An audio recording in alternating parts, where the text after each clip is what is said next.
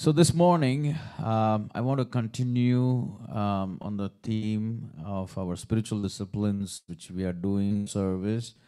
Last week, we heard about Bible study.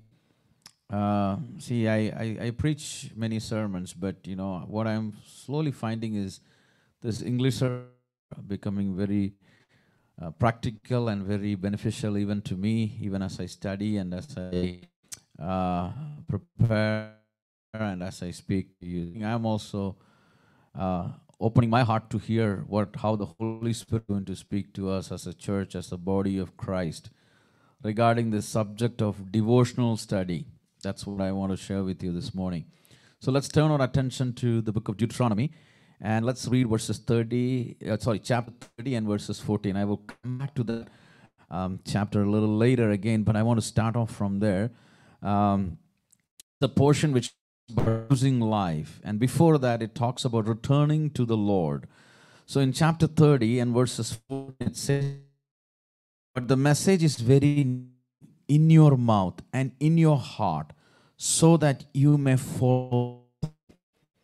No, the word is very near you. It is in your mouth, in your heart, so that you may obey it. If you have not got it, let me just repeat. It's Deuteronomy chapter 30 and verses 14. Deuteronomy chapter 30 and verses 14. Is anyone else that you can't hear? No, because I got another message that there are some issues going on. Mullen, you introduce Yeah, yourself. Pastor. Yeah, some audio, skip actually. Okay, audio skip is going on. Yeah, sometimes it's not like sometimes. Yeah.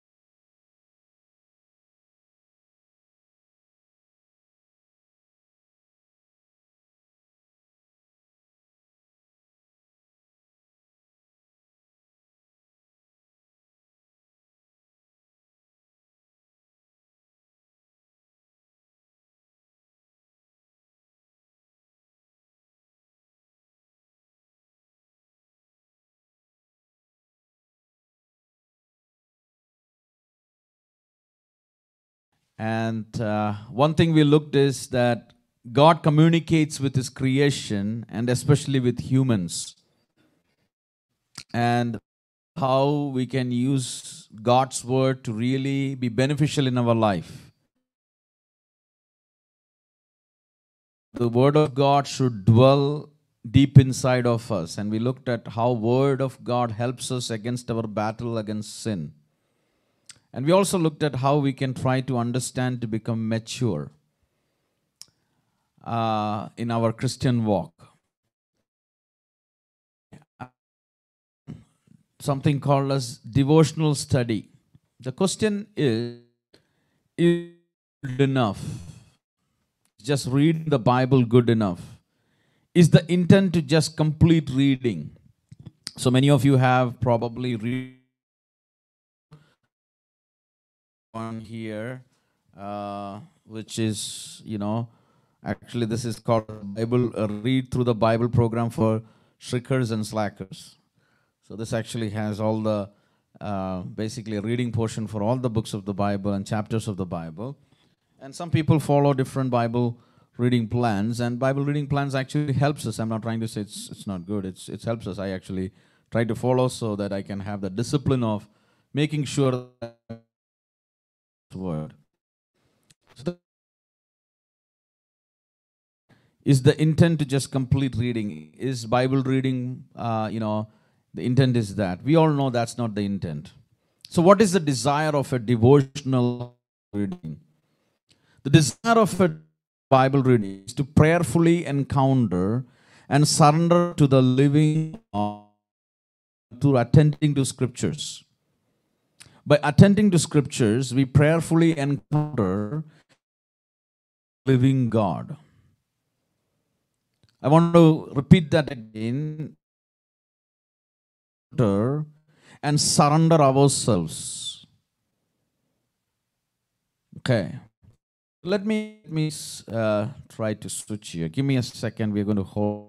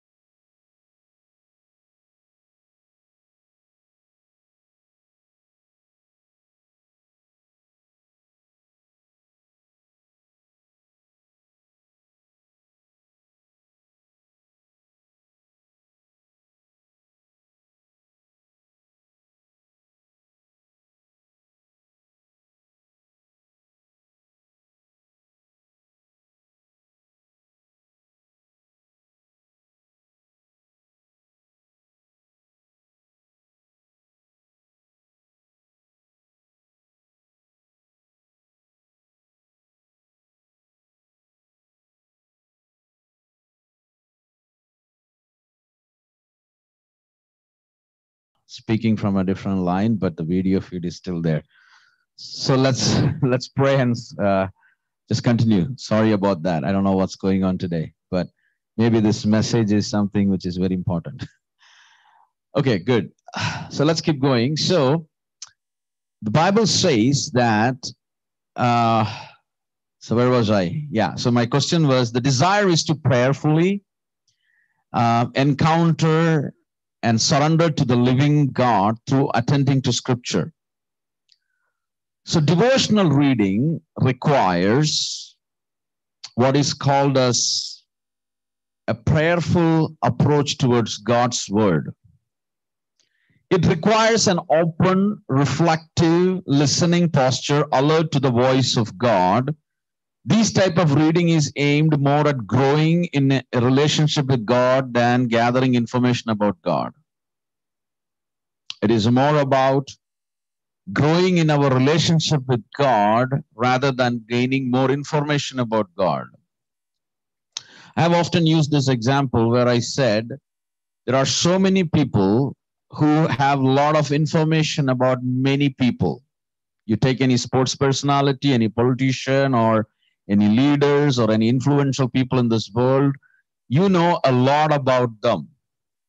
I'm not going to get into any specifics because your favorites may be different. I don't want to be like caught up in the middle, but so you think about a person whom you admire or about whom you read, you know their age, you know all the details about them, but you really don't know them. They don't know you.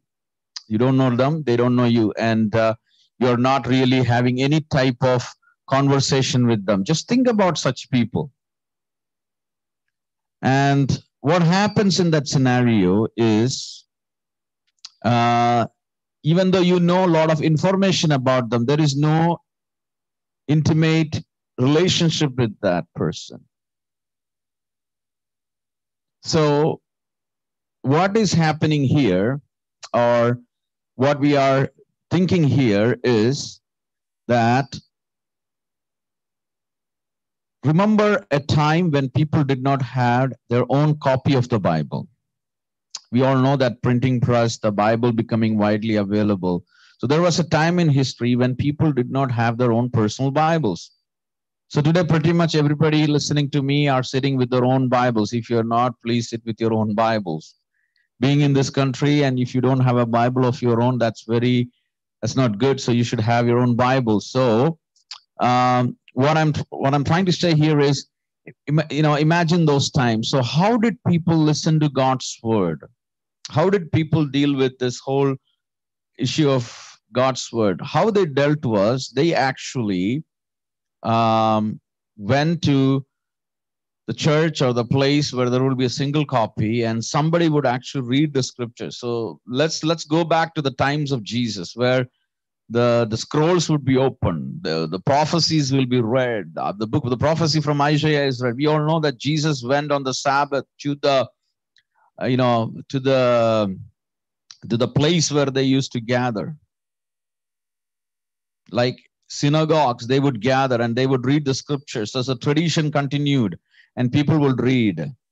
So the one important thing they used to do is they would hear when it was read. They would hear when it was read. So if you were living like 200 years ago, you were living, and let's say you're coming to the church this morning, most probably the only way you will hear God's word is probably I, as a pastor, or a minister of God's word, or I may have a copy, very, very difficult even to that, and I will read, and you will just listen, and you will glean on to every word which comes out of it. But today we have abundance. We have on our phones, iPad, different versions, different language, everything we have what we need. So this morning, the important question is coming to that, the intent of the scriptures. So let's look here. When you come to Psalms 119, I have said that last week too. So I'm going to just quickly go forward because we lost some time here. So I'm going to just come to Psalms 119, which is a beautiful chapter which talks about the beauty of God's word. Psalms 119 verses 36 says, "Turn my heart towards your statutes and not towards selfish gain. Turn my heart to your decrees and not to dishonest profit." So here, first thing I want to tell you is, if I say we need to read the Bible, we need to study God's word, it can become a very tiresome experience in our life. You can be tired of that. You may not be having that enjoyment in your life. You may not enjoy it. You may do it for the sake of doing it. You want to do it because you are supposed to do it. But I think the intent here is a little different. The intent here is that my heart should be turned towards God's word. My heart should be turned towards God's word. And that's why, many times we struggle with it. Sometimes when we go through a dry patch in our spiritual walk, we struggle with it sometimes. Sometimes we have a lot of things we have genuine interest to do, and we run after those things. We really want to do those things. So here it says that, "Turn my heart towards your statutes and do not to selfish gain." And then verse 97 of the same chapter says, "Oh, how I love your law. I meditate on it all day long." The psalmist is saying, and I want you to understand that and get that into our own hearts here this morning. He says, "How I love your instruction. It is my meditation all day long." Then it further says in verse 103, "How sweet are your words to my taste, sweeter than honey to my mouth." How sweet your word is to my taste, sweeter than honey in my mouth. Verse 111 of the same chapter says, "Your statutes are my heritage forever. They are the joy of my heart." So I will stop there in that chapter. That chapter has got a lot of things to talk about the scriptures. But here we see a prayer and a declaration about somebody whose heart is in love with God's word. It says, "Turn my heart, Lord." A sinful man, a man who is in flesh, the inclination is to turn away. But Lord, give me that heart. Pour out your spirit in me so that my heart will, rather than going towards dishonest gain or selfish gains or something I can gain in this world, my heart will be turned towards your instructions, your statutes. See how many times we compromise the Bible, devotional time, to gain something in this world. I'm not talking about your daily livelihood. We all have to work, but there are so many other things we add into our life, so many things we get indulged in. But what happens at that time is, what is at stake is we actually are compromising this time of devotionally studying and understanding God's word in our life. That's number one thing I wanted to bring to your attention is, for devotional reading, we need a heart which is tuned or turned, which desires God's word. And I want to tell you this morning, how can that happen? It can happen, first of all, if you pray. You have to pray for it. Sometimes if you don't feel like studying God's word, your heart is not there, you have to just say, Lord, I know I'm not able to focus. I'm not able to concentrate. Give me the grace to understand and study your word. That's number one. Number two, I want to turn your attention to Hebrews chapter 4, verses 12 and 13.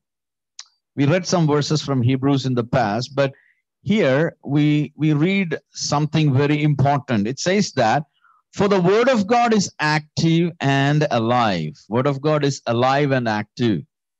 Then what does it do? It is sharper than any double-edged sword. It penetrates even to dividing soul and spirit, joints and marrows. It judges the thoughts and attitudes of the heart. Nothing in all creation is hidden from God's sight. Everything is uncovered and laid bare before the eyes of him to whom we must give account. This is a scripture portion probably you have read many times, but I want you to think it from the perspective of devotionally studying God's word, understanding God's word. It says, for your word is living. This word is living. I think I mentioned some things about the living aspect of God's word last week. It is effective. It is sharper than any double-edged sword. It penetrates as far as the separation of soul and spirit, joints and marrow. It is able to judge the thoughts and intentions of our heart.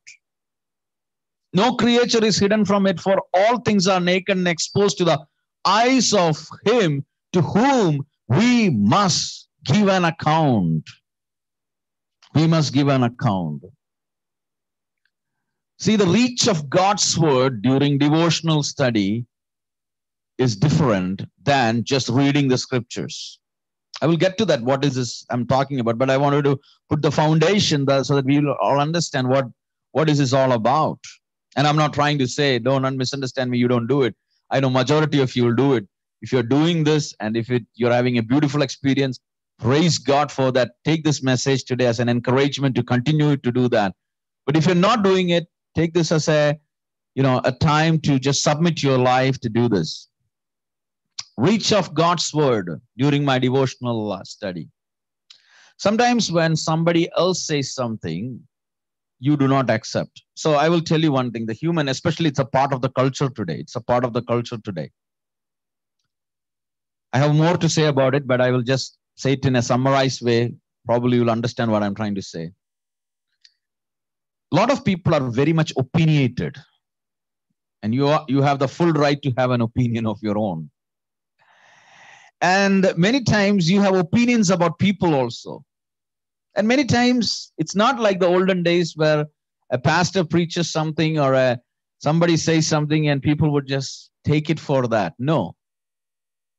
There is a lot of critical analysis. There is a lot of evaluations which happens. There is a lot of judgments which happens. There is a lot of things. Okay, how did everything go?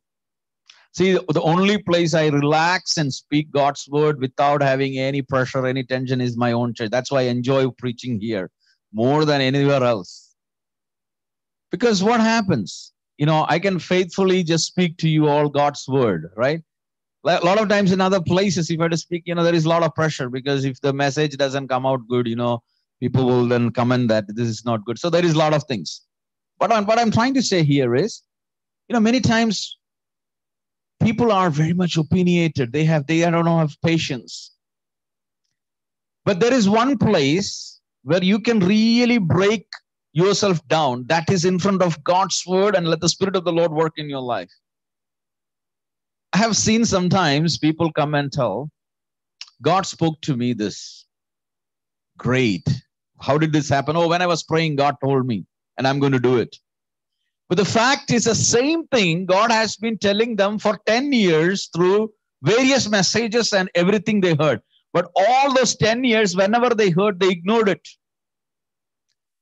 Finally, probably they read the word and, the Spirit of the Lord dealt with them. They said, oh, now I'm going to act upon it. So what I'm trying to say, we are living in a generation where we have a lot to hear, especially those people, from Indian context and all. We know that media is full, like not only Indian context, every context, it's full of messages. It's full of, things you search for whatever you want. It's all available there. It's, you want what you want, you get it. It's all there.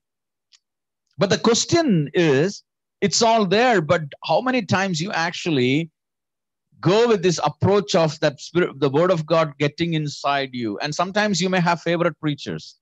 And I will tell you, one of the pitfalls with having favorite preachers, I should not be your only favorite preacher. If you like my preaching, great, praise God for that. But don't just rely, because, in pastoral ministry, I have to deal with all the places. But a lot of people have some strong points. They speak about that one aspect, right? Because God has given a calling in their life. I will be very transparent here. When I go to speak in a special place, mostly I will speak on things on which I'm more passionate about. If you just listen to one person, what happens is that, it's very difficult. So that's why we have churches where pastors have to preach week after week. And a lot of times it's just not the one portion from where we are hearing throughout the Bible. So that helps in a lot of ways. So what I'm trying to say this morning is, if you don't have a devotional studying and meditation of God's word, you are missing a lot of good things which can happen in your life. So hearing that. So reach out to God's word, with this intent that the double-edged sword of Scripture, which is the Scripture, will penetrate, which is active, which is alive, which will work in our life. So that's the second thing I wanted to tell you, that when we come in front of God's word, this can happen and this should happen. What should happen? This word really cutting us through. Sometimes the word really, making that connection in our life. So now let's come back to the third portion I want to just bring. We read in the beginning, that was from the book of Deuteronomy, right? Then I will get to some practical aspects, because let's look at the Deuteronomy chapter 30. And I'm going to just read from verses 11. So it says that this command that I give you today is certainly not too difficult or beyond your reach. It is not in heaven, so that you have to ask, who will go up to heaven, get it for us and proclaim it to us so that we may follow it.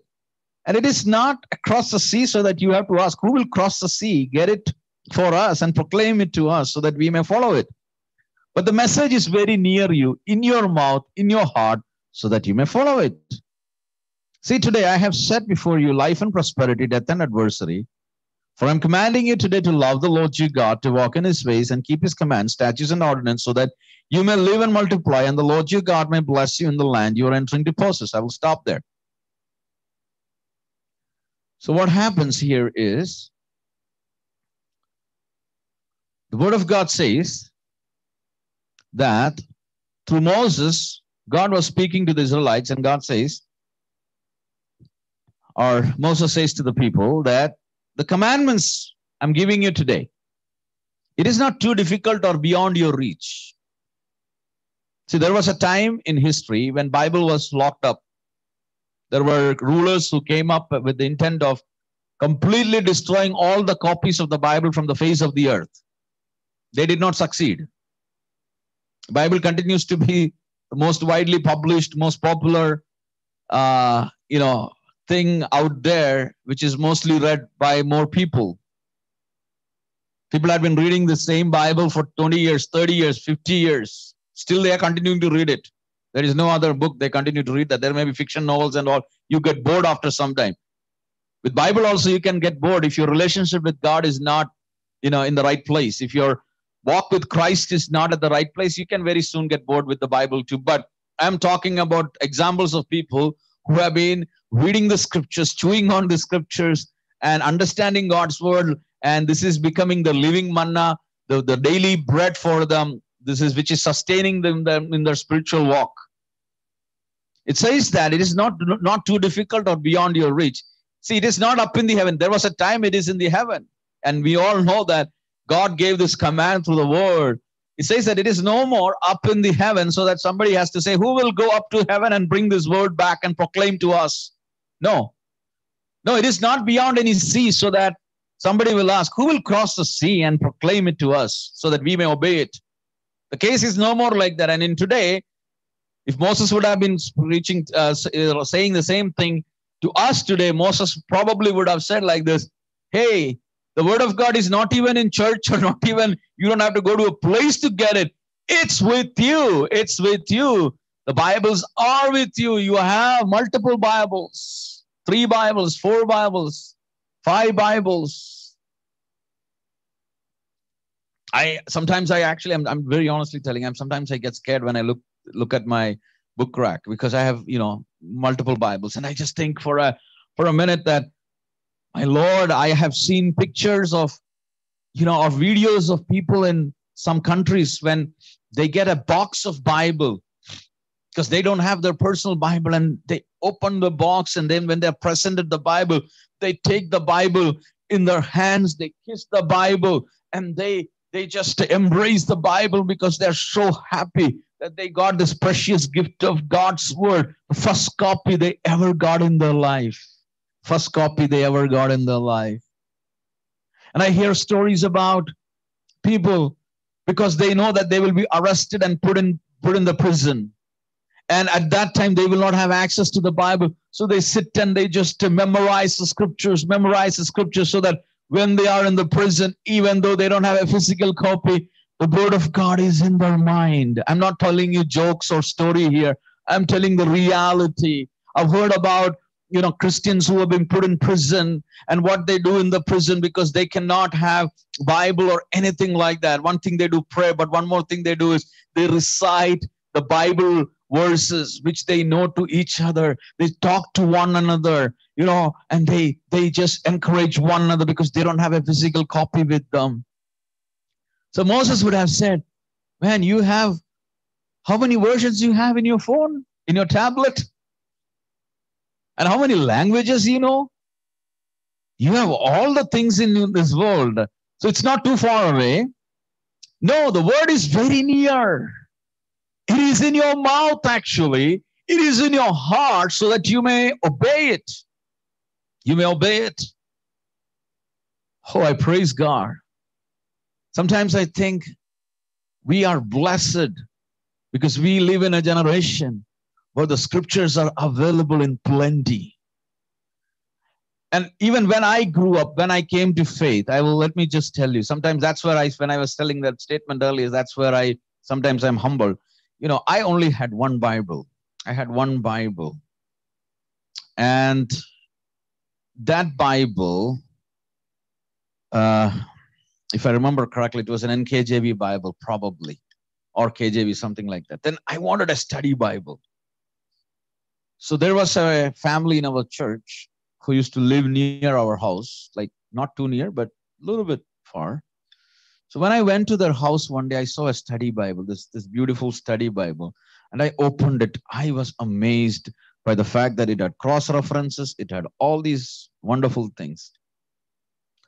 So I came home and I wanted a Bible, but the financial situations at that time did not allow me to have the luxury to have another Bible, because those study Bibles used to cost a lot of money at that time, at least based on the level at which I was at that time. Let me just say that way. So I was asking. Then what I did? One day I went to them, and I would visit this family. I would visit this family, and at least once in a. And one of the reason I used to visit this family was when I visit them, I will take this Bible, the study Bible, and I will actually scan through it, look through it, and I will adore it. I will love it. Finally, one day I asked them, do you use this Bible? They said, oh, we don't use that much. We don't use that much. We use other Bibles. And their kid was very small, so they were not having. So they got this Bible from some. So I asked, I normally don't ask like this, but I asked that, can I borrow for a week or so this Bible from you, so that So they said, yeah, you can borrow the Bible. So I borrowed their Bible. I brought them home. And in a week, I tried to see what this is. And then finally, I got actually, somebody gifted me an NIV Bible, the 84 version Bible, which I still have with me. Sometimes I still open that Bible. And when I open that Bible, I still feel, because I carried that Bible for long years, to the extent that when I came to US, I brought it with me. That was the Bible I had when I came here too. I still have it. When we started the church in the initial years, I used to preach from that Bible, but then I moved on because more Bibles came my way.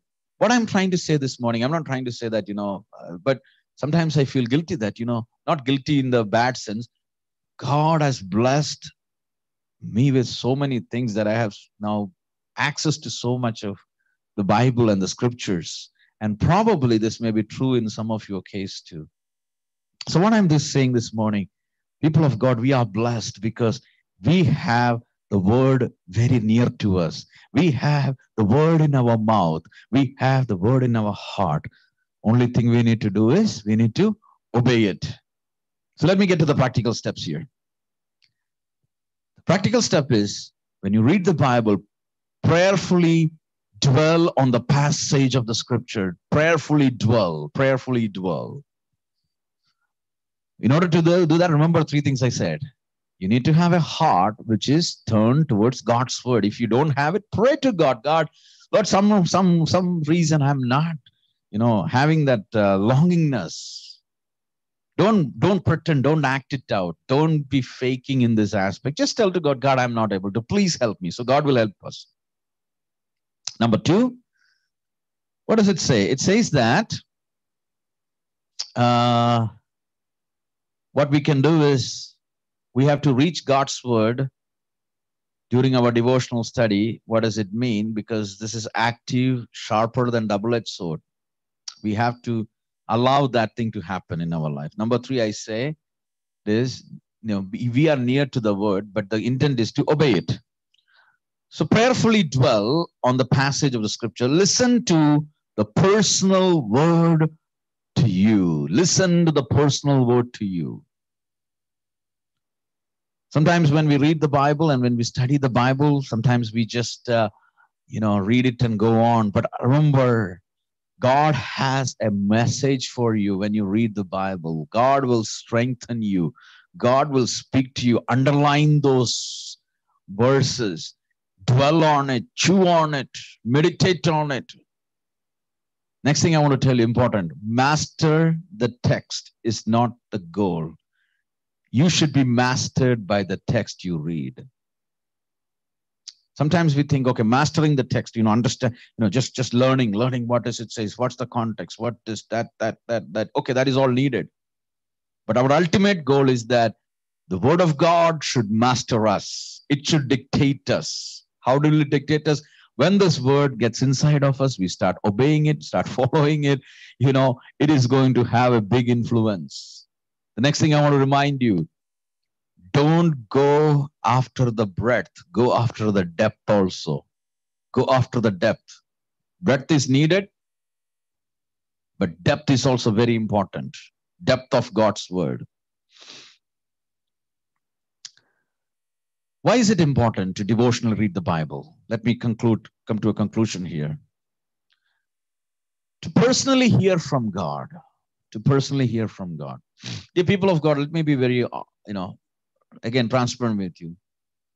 God allows certain times in our lives when we will be lonely. I actually think back to my own life, and now yesterday also, I thank God for remembering some of the situations in my own life where I felt very lonely, abandoned. And I actually thank God for those moments. At that moment, it is very difficult, but later you will understand that God had a purpose. But one thing I can tell you, during all those moments, one thing which stood out is the fact that if we are able to personally hear from God, you will be sustained during those wilderness experiences of your life. See, Joseph was a powerful man. He was a faithful man.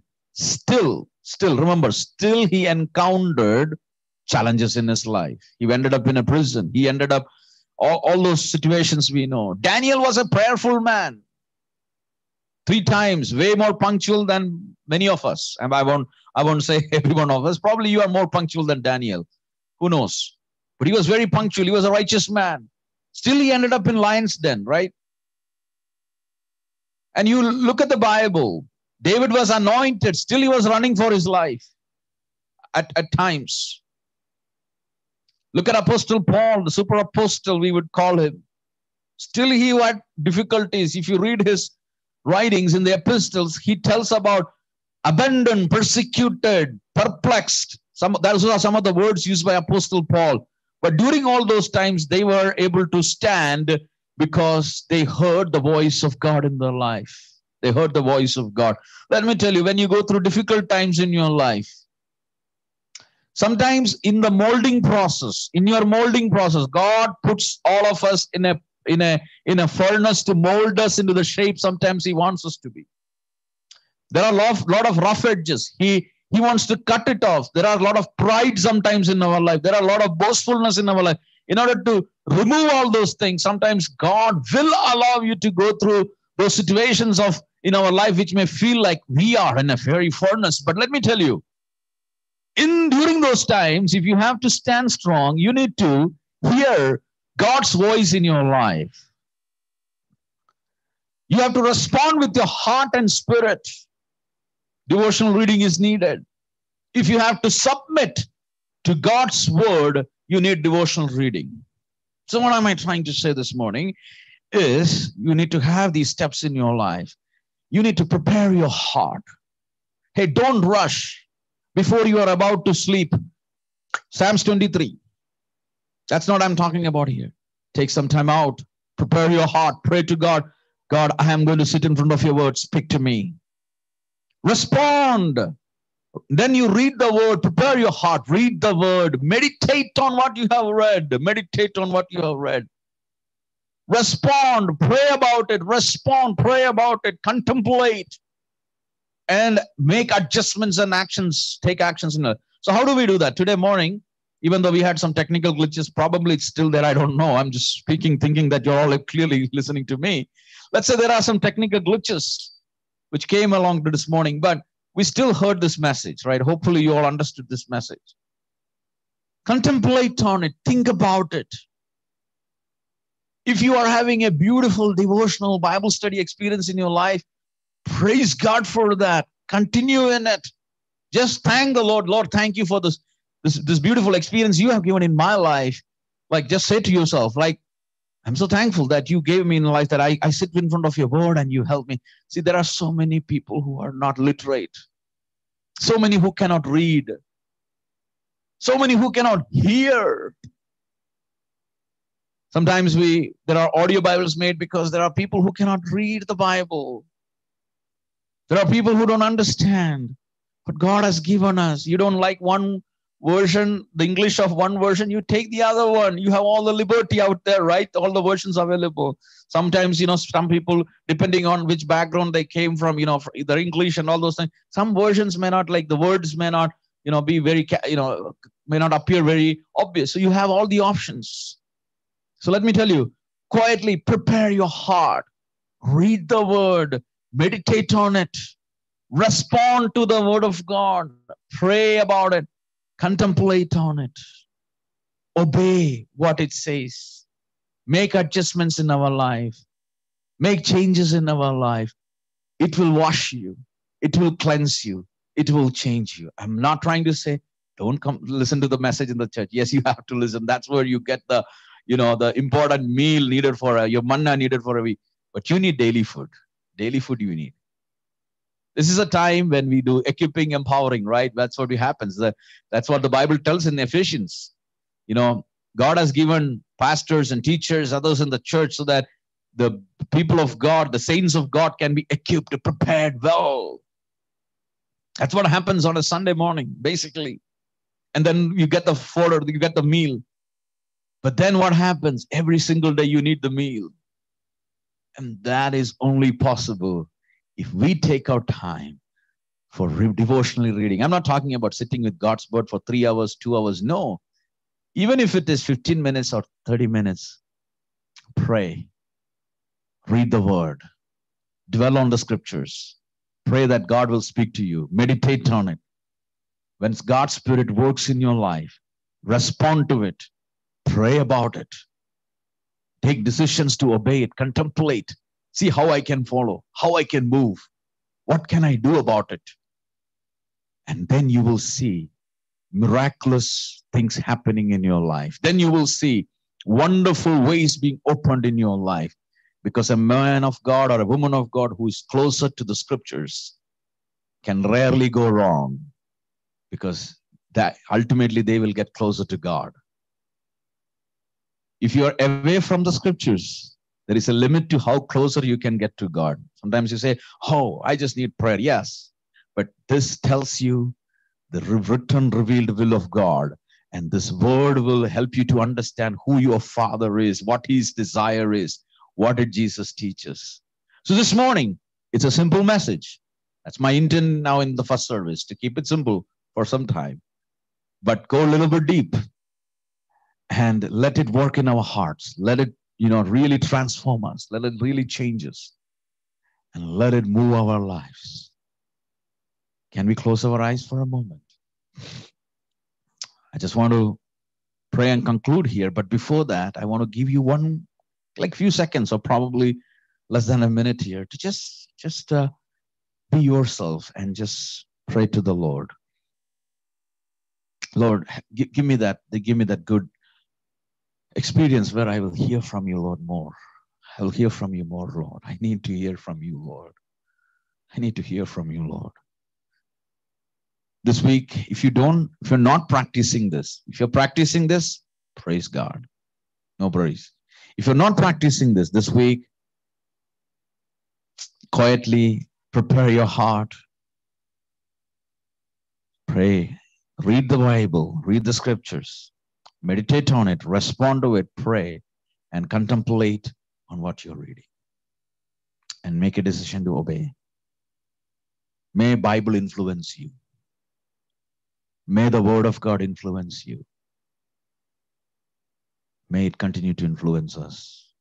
May it continue to make impacts in our life. And let the Word of God continue to make impacts through our life. Let it spread to other places too. Let's pray.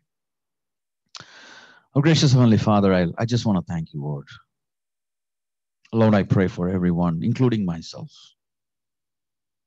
Lord, I just pray this time. Lord, as we started, we had some challenges, but I just want to say thank you, Lord, for this time. And I pray that you will continue to guide us. Lord, we are in a journey. I'm praying for the spiritual well-being of every member of our church. Lord, that's just my desire. I pray that this morning, the word you gave to us will in fact touch your children so that they will be able to move forward with your grace. And they will be able to follow your path in their life. Lord, whenever your children open their Bibles, sit with it, give them that desire. As we read in Psalms 119, Lord, turn our heart towards your statutes, your instructions, and not towards selfish gain. Help us to love the law of the Lord so that we will meditate on it. And it says, as it says, let it be sweet to our taste, and let it be sweeter than honey to our mouth. Let them be the heritage, our heritage forever, and the joy of our heart. I bless your people in your name, and I pray that you will continue to lead them, guide them, and they will continue to experience your favor in their life. Yes, that's my prayer, Lord. Keep everyone safe in this situation, in this COVID times. Keep everyone safe under your mighty wings. Keep us all safe. Keep us in peace. As we get into the next service, be with us. And I pray for the people who are going to go after the service. I pray that, Lord, until we meet, be with us. In Jesus' most precious name we pray. Amen.